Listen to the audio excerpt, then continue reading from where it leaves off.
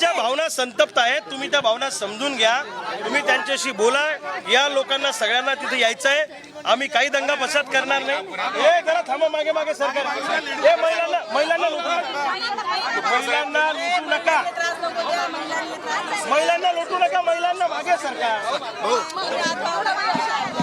काम करता आमचं बसायचं काही विशेष नाही सर. आम्हाला जायचंय. तुम्हाला आम्हाला गोळ्या घालायच्या घाला, कारवाई करायचं करा, आमचं काही म्हणणं नाही. ते जरा मागे घ्या.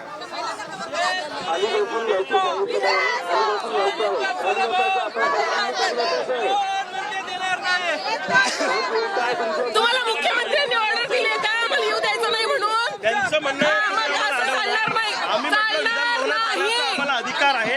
हे विधान भवन आमच्या पैशातनं झालेलं आहे. हे विधान भवन आमच्या पैशातनं तयार झालेलं आहे. मंत्री आमच्याशी चर्चा करणार, ते काय उपकार करत नाही. त्यांना आम्ही निवडून दिलेलं आहे. आमच्या पैशातनं ते सभागृह बांधल्या गेलेलं आहे.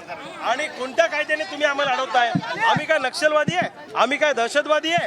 आम्ही काय गावगुंड आहेत? आम्ही काय अजमल कसाबच्या टोळीतले आहे? आम्ही काय दाऊदच्या टोळीतले आहे? आम्हाला जाण्याचा अधिकार आहे आणि त्यामुळे आम्हाला कोणी अडवू शकत नाही.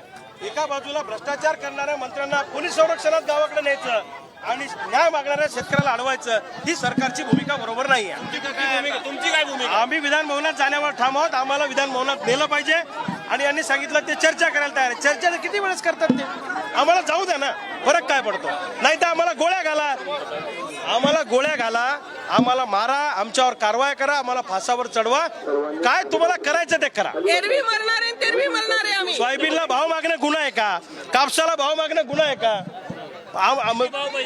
आम्हाला सोयाबीनला कमीत कमी 9,000 रुपये भाव खाजगी बाजारामध्ये स्थिर झाला पाहिजे आणि कापसाला कमीत कमी 12,500 रुपये भाव खाजगी बाजारामध्ये स्थिर झाला पाहिजे, अशी आमची मागणी आहे. सोयाबीन निर्यात करा, सोयाबीन आयात करू नका, तेलावरची ड्युटी वाढवा. शब्द सरकारने दिलेला आहे, सरकारने हा शब्द पाळला पाहिजे. सरकारने काय शब्द दिला तो सांगा. वाणिज्य मंत्री पियुष गोयल आणि राज्याचे उपमुख्यमंत्री माननीय देवेंद्रजी फडणवीस यांच्या अध्यक्षतेखाली सह्याद्री अतिथीगृहावर आमची 2 तास बैठक झाली. त्या बैठकीमध्ये वाणिज्य मंत्र्यांनी आम्हाला सांगितलं की आम्ही सोयाबीन एक्सपोर्ट करतो, इम्पोर्ट करणार नाही आणि तेलावरची ड्युटी आम्ही वाढवतो. या बाबतीत मी अमितभाई शहांशी बोलून हा निर्णय तातडीनं घेतो, हा शब्द त्यांनी आम्हाला दिला होता. त्या घटनेला आता 9 तारखेला ती गोष्ट झाली होती. आता 9 तारखेपासून इतके दिवस झाले, अजूनपर्यंत निर्णय झाला नाही.